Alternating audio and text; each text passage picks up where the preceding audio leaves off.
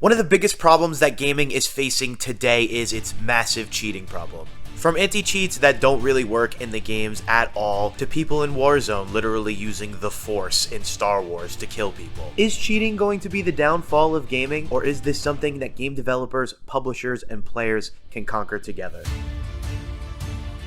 So yeah, the first point I want to shine light on is honestly that hacking leads to so many people getting annoyed at games and just wanting to quit.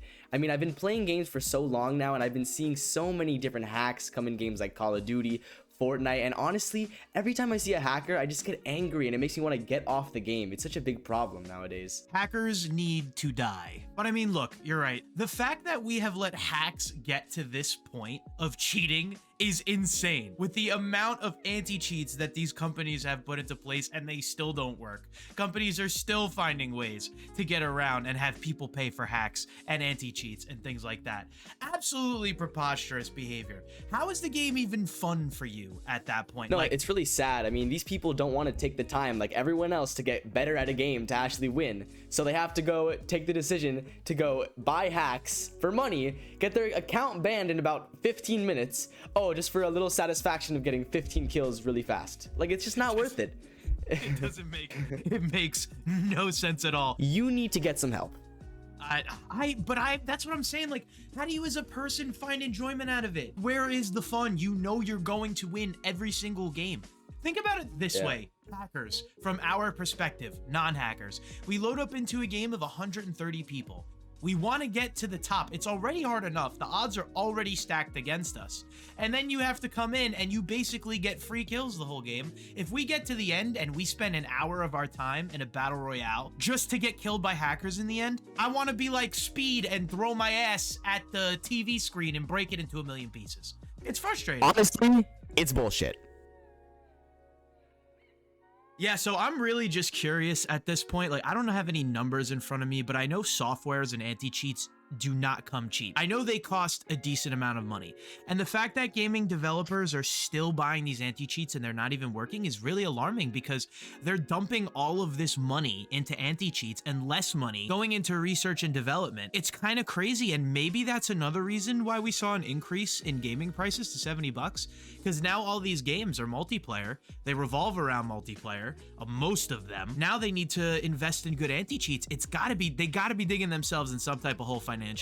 Honestly, you would think to have a 365-day-a-year anti-cheat all day running the entire fucking 24 hours, it'd probably be in the millions, right? Yeah, I would assume so. I would think it would cost them a shit ton of money. Well, it's free. No wonder it's fucking shit. Fortnite literally made it free for a bunch of games that use it. If you look at Apex Legends, if you look at PUBG Mobile, a bunch of these games are using this BattlEye anti-cheat, right? They are all having hackers. Every game deals with hackers. Sure, they're able to ban them slightly quick, but like, hackers get through instantly. There should be an anti-cheat that's able to stop the hackers from downloading the software onto the game. That's where it should be stopped, not when they're already in the match. Are you telling me that we need an anti-cheat for the anti-cheat? Yes.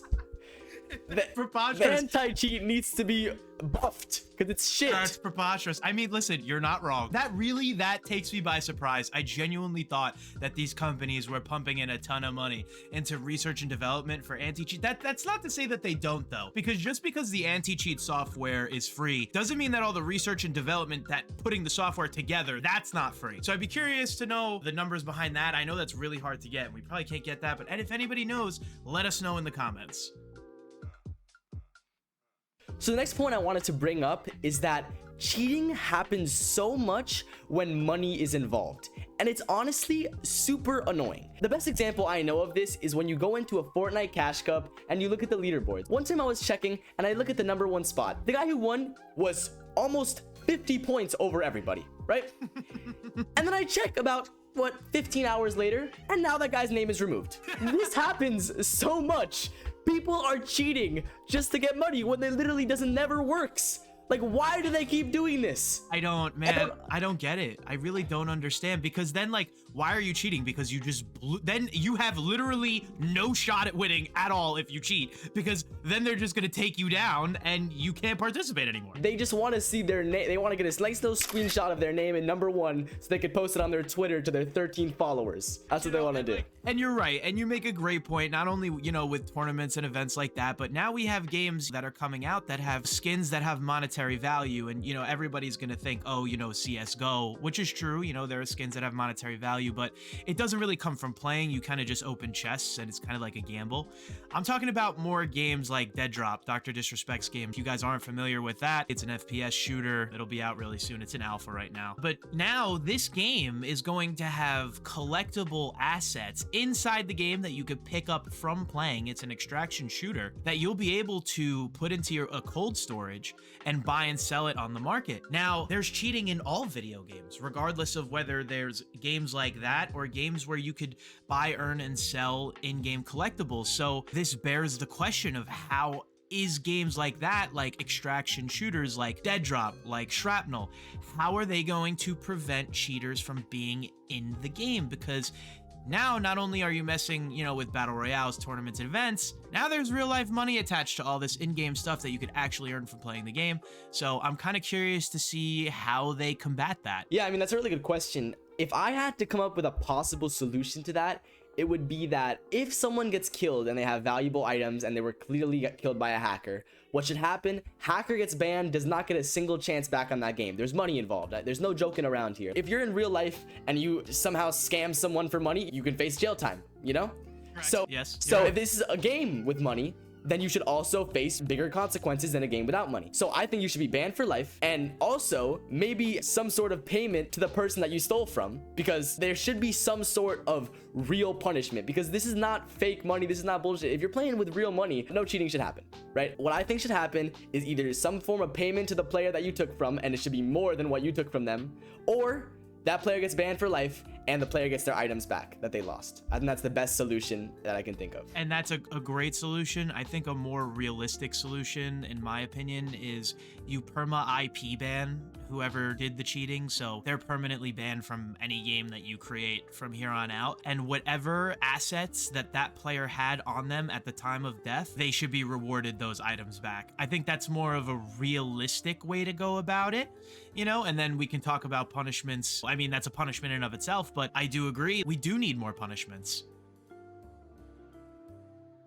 When it comes to punishments, especially with items that come for money, like we were just talking about with Dead Drop and Shrapnel and extraction shooters, because I feel like that's where gaming is going. If you can face jail time for scamming somebody out of money over the phone, via email, in my opinion, you should face a fine or jail time if you do it in these games now. You are cheating, you are stripping somebody of their monetary value, of their monetary assets. You carry an unfair advantage. So in my opinion, you should face some type of fine or jail time. To some in the audience, that may seem a bit harsh.